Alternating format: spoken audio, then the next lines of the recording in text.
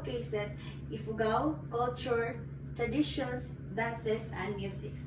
Ang gutad at Ifugao kay kuan, ang meaning sa gutad, fest or celebration, while ang ad Ifugao kuan, culture gatherings or Thanksgiving festival.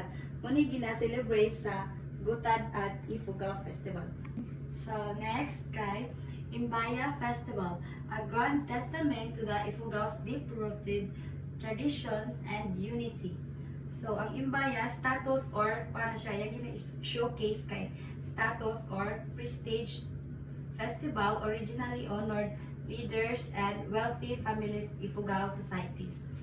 Next, Anok Festival, a traditional tug-of-war ritual that takes place in the Hapaw River after the rice harvest. So, Anok Festival, muna siya ikuan, Thanksgiving ritual after the harvest sa ilang rice.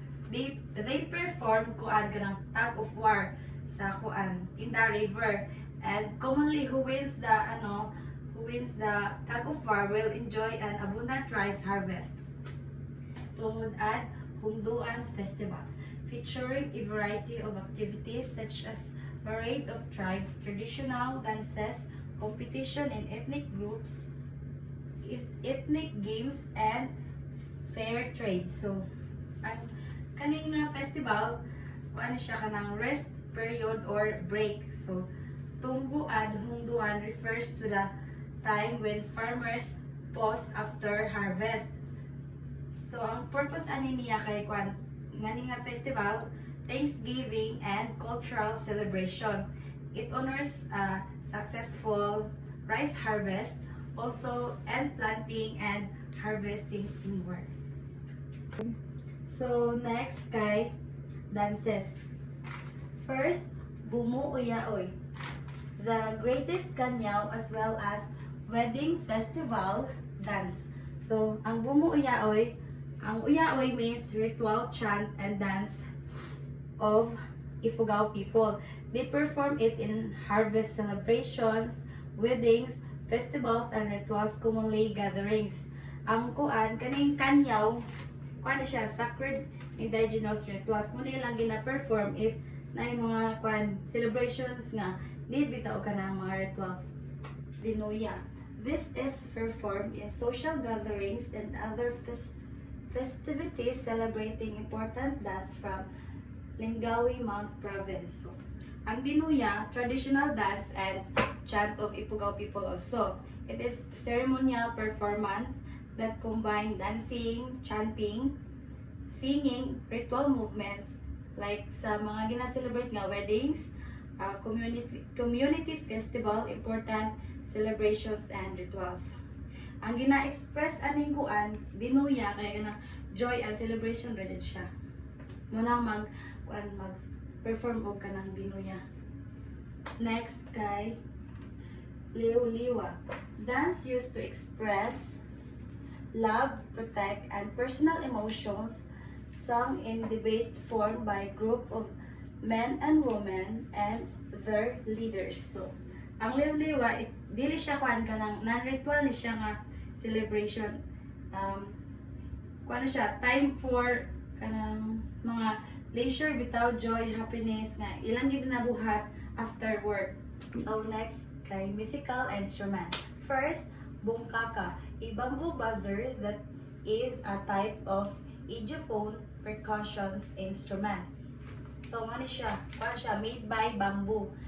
Next, diwdiwa, a bundle of bamboo tubes of different sizes. Ko kaning diwdiwa made also bamboo sab siya, pero ang nakalahi lang kay ano siya, kanang pila ni siya kabok. It's either 5 ba ni siya or 8 nga kuan bamboo stick nga nakalain ang diri tas diri kay wala. Next kay gangsa, a single hand held gong. So man siya. Next, sulibaw, wooden drum with an animal skin head.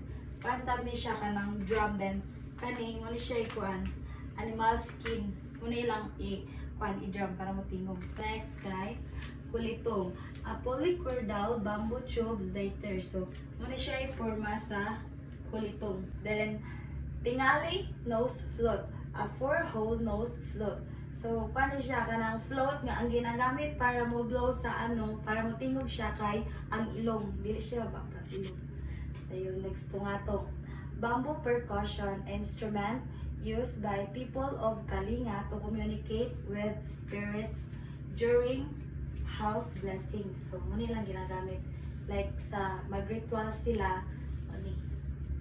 Ayun, next kay ko na. Gods and deities.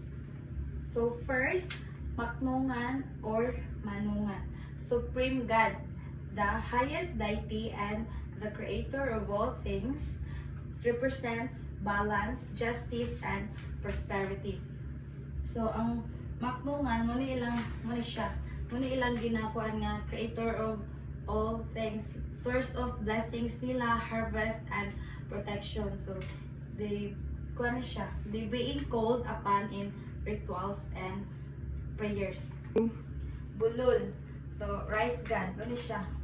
Naano siya ganina sa gidiscuss nga, sa previous discussion nga, katong sa products, katong bulol or rice god. So, ang rice god, mga taong giingon ganina nga, carved human shape.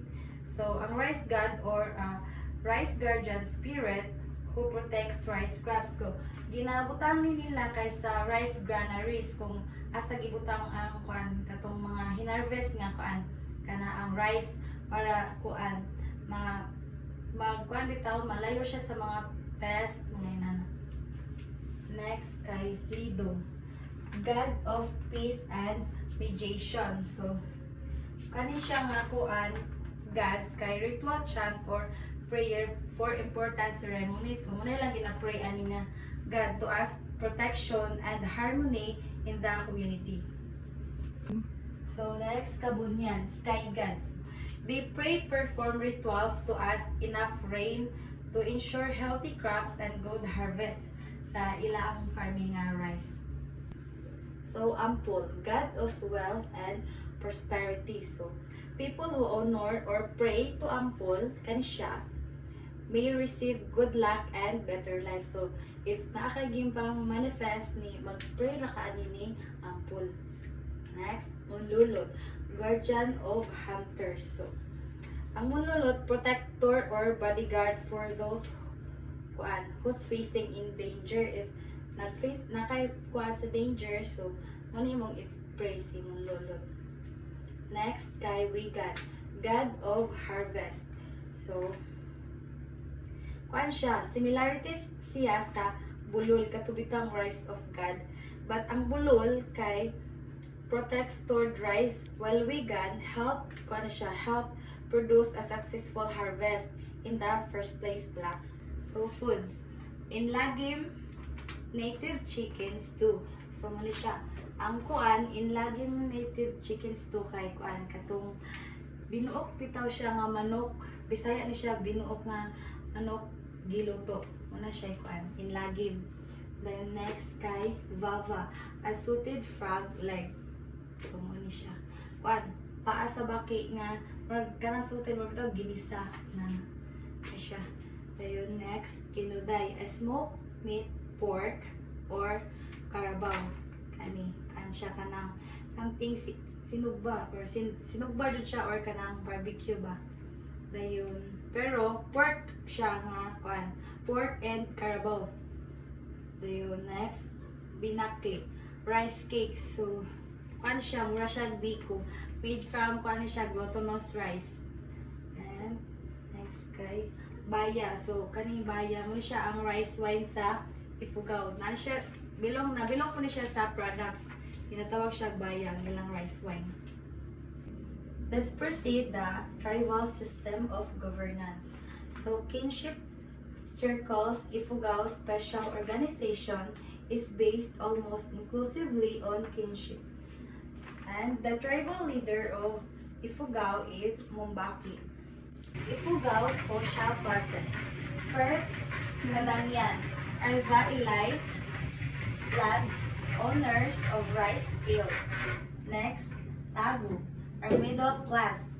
Village clusters known as poblacion made up of several extended families. Nawutwut are the lower class work for the Kalangyan. Next, village elders, also known as Lalabi, is responsible for decision making and conflict resolution. So, for the education, the graduates of Ifugao, Eric Oteiza de Gia, Kidlat Tahimik. Film director, writer, actors, recognized in 2018 as a National Artist, Philippine for Film. For the last, Toribio Dolingan Adasi Jr., Philippine Navy Admiral who served as 40th Flag Officer in Command FOIC of the Philippine Navy.